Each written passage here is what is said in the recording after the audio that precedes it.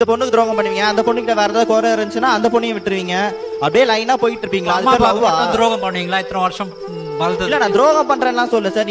நீங்க சொன்னது தெரியுமா, எனக்கு இது துரோகம்ன்ற வார்த்தையே மனசுல வரல. 2 வருஷம் 4 வருஷம் இருந்து உங்க லவர் கூட இருந்துட்டு 20 வருஷம் வாழ்த்த உங்க அம்மா அப்பா விட்டு நீங்க போற அளவுக்கு இருக்கீங்கன்னா 20 வருஷம் அம்மா அப்பா கூட வாழ்றோம், அதுக்கப்புறம் 40 வருஷம் யார் கூட வாழ்றோம்? 40 வருஷம் பிடிக்காத ஒரு பொண்ணு கூட வாழ்வீங்களா? எதுக்கு 40 வருஷம் எத்தனை பேர் லவ் ஃபெயிலியர்ல புது கல்யாணம் பண்ணிட்டு ஜம்முன்னு தான் வாழ்ந்துட்டு இருக்காங்க.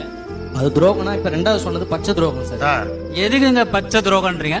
20 வருஷம் பெத்தவங்கள வளர்த்து துரோகம் பண்றதுக்கு 4 வருஷம் லவ் பண்ற பொண்ணுக்கு துரோகம் பண்றது பெரிய விஷயம் இல்ல. பஸ் நீங்க அம்மாவையும் காதலையும் வந்து மிஸ் பண்ணி பேசுறீங்க. நான் அதை சொல்ல வரல. ஒரு காதல் பண்ணிட்டு அந்த காதலை விட்டு அந்த பொண்ணு செட் ஆகலன்னா இன்னொரு காதல் பண்ணுவேன்ற. நான் அதை பச்சை துரோகம்ன்றேன். ஒரு கட்டத்துல முடியலன்னா வேற கல்யாணம் பண்ணிக்கலாம், அவ்வளவுதான். அந்த பொண்ணு என்ன ஆகும்? இந்த பொண்ணு அவ்வளவுதான் சார், வேற என்ன பண்றது? இல்ல, இது ரொம்ப கேவலமா அது பேர் காதலே இல்ல சார். பாஸ், இது என்ன ஸ்டாண்ட் இது? ஆக்சுவலா இப்ப நீங்க சொல்றது பேர் ஒழுங்கீனம் பாஸ். பெத்த அப்பா அம்மா செத்தா கூட கண்ணீர் தான் விடுறான். ஆனா காதலிய செத்தாதான் உயிரை விடுறான். பிளட் ரிலேஷன்ஸ்க்கு எங்க வேல்யூ இல்ல. ஆனா என்ன ஜாதி, என்ன மதம், என்ன பிளட்னு தெரியாத ஒரு காதலுக்கும் காதலிக்காக எத்தனை பேர் உயிரை விட்டுருக்கான். வேண்டாம் காதல், வேண்டாம் லவ். அது ஒரு வலிடா, அது ஒரு பெயின்.